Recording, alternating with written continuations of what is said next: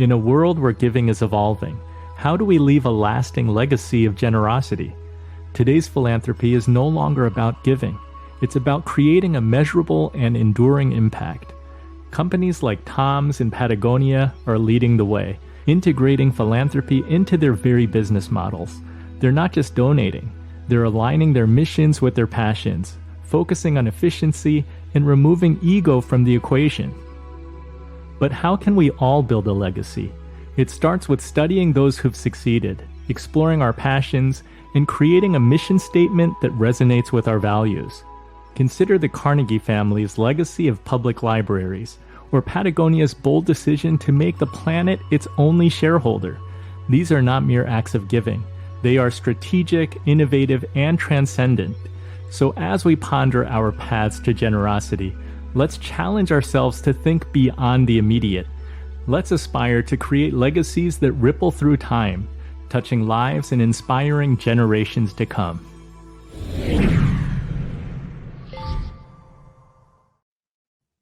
I feel like with technology, with the pace at which our daily lives run, we often feel too busy to be empathetic. And I'm wondering if Paul can share with us some of his research on oxytocin and empathy, because if we want to strive to be more generous, I feel like empathy is such an important thing. Yeah, empathy is the driver largely for generosity. And it's such a good question, Andy, that the sort of empathy giving curve is kind of an inverted U. And that happens a lot of times in biology, where if I'm too overwhelmed, if I'm in Calcutta and I see so many starving children, I don't know what to do. I'm overwhelmed. And if I don't see anyone in need, then I'm not going to give. So we have this sort of mid-range where for those of us who are blessed with having enough resources, where we want to kind of deploy those in a way that helps as many people as possible. And as I said, in the brain, it creates that feedback loop where now I want to continue to do this because I'm getting positive feedback. So being open to empathy is something that, as I said earlier, requires us to slow down a little bit, to be present, to look at people's faces, to see those emotions, and really think about how we can do the most good for one person or for many people.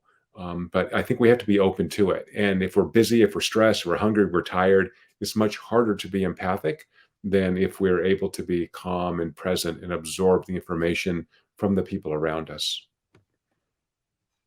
Maggie, you work with children, and I think that gives you the gift of, like, children carry an innocence, and they don't have like the baggage, emotional baggage, or biases that grown-ups may have. So like there's a pureness there, a purity there. In your experience, what steps can individuals take to start building their own legacy of generosity?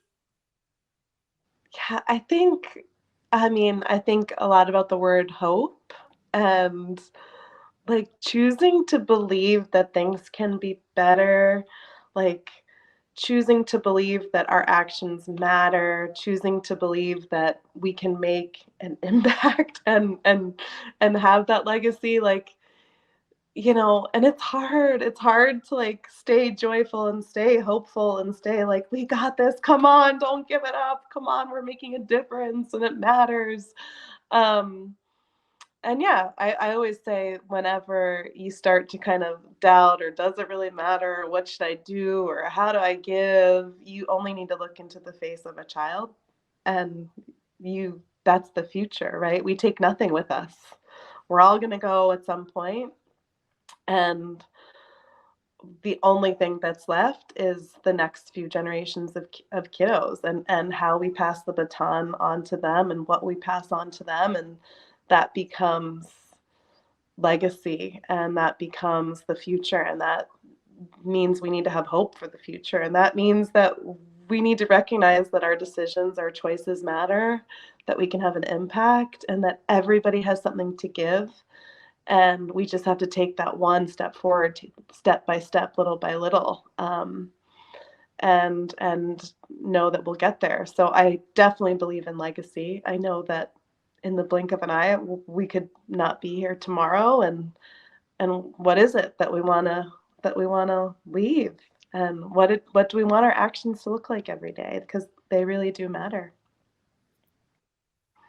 That's powerful motivation, for sure. And I love that kids are brutally honest. They will tell you how it is, and oftentimes will not sugarcoat it.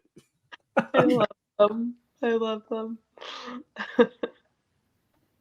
James, Well, yeah, go ahead. I was just going to say, I loved what Dr. Zach and Maggie just shared, because like in my experience, both of those things come together, like the how you build empathy, which is really rooted in experience, and then how you create those joyful moments, and the teaching kids early that challenging work, important work can be joyful is such an important life lesson.